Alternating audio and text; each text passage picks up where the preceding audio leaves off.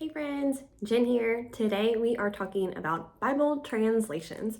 The Bible was primarily originally written in Hebrew in the Old Testament and Greek in the New Testament. So in order for us to consume the Bible in English, it had to be translated from that original language. So Lord has given us so many different ways, different translations in which to read his word. What a gift. And we generally classify those translations on a sliding scale.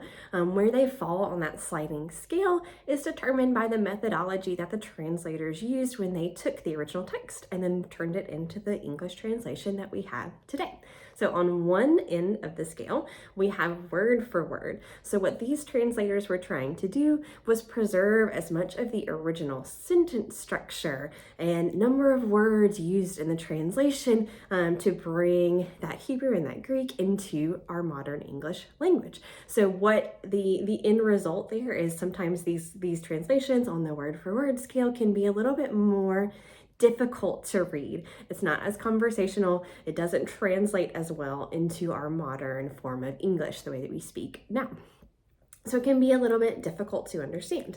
Then we move into the thought for thought portion of translations. So here they are concerned about preserving the original meaning, not so concerned about the sentence structure being the same or the number of words being the same. They just want to preserve that original meaning and then translate that into our modern English.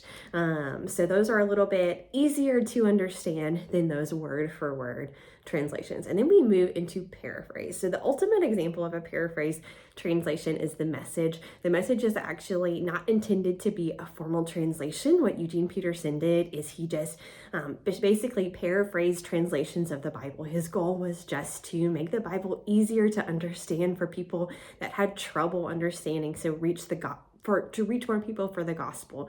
What a beautiful gift for us. So if you're looking at this and you're like, Jen, I don't know where to start. What's the best one? So my normal answer to that question is the best one is one that you can understand and are going to read. Just from our experience here at WWW, some feedback we have received, we've been reading with ladies that had never opened their Bible before because they always felt like they couldn't understand it, and they landed and really liked the NIV translation. That one is awesome.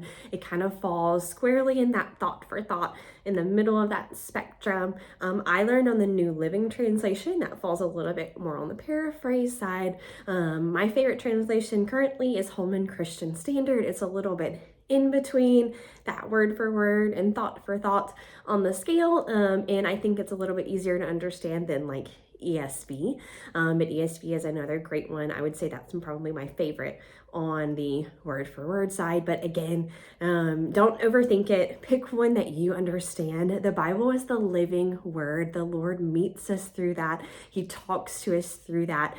He will meet you where you are. And some days that might be an ESV, some days that might be an NIV, and some days that might be in the Message, and all of those are okay. I am proud of you for taking the step to dig into the word, to get to know our awesome Savior better, to get to know Jesus and God better, and to turn your kind of eyes towards him and seek to grow that relationship. And no matter what translation you land on, I know that's going to be happening if you're in the word regularly. So hit us up in the comments. Let us know, what translation are you currently using? What translation do you like? What questions do you have? And we'll make sure that we post kind of an image of that translation spectrum. We hope this helps you. Have a blessed day.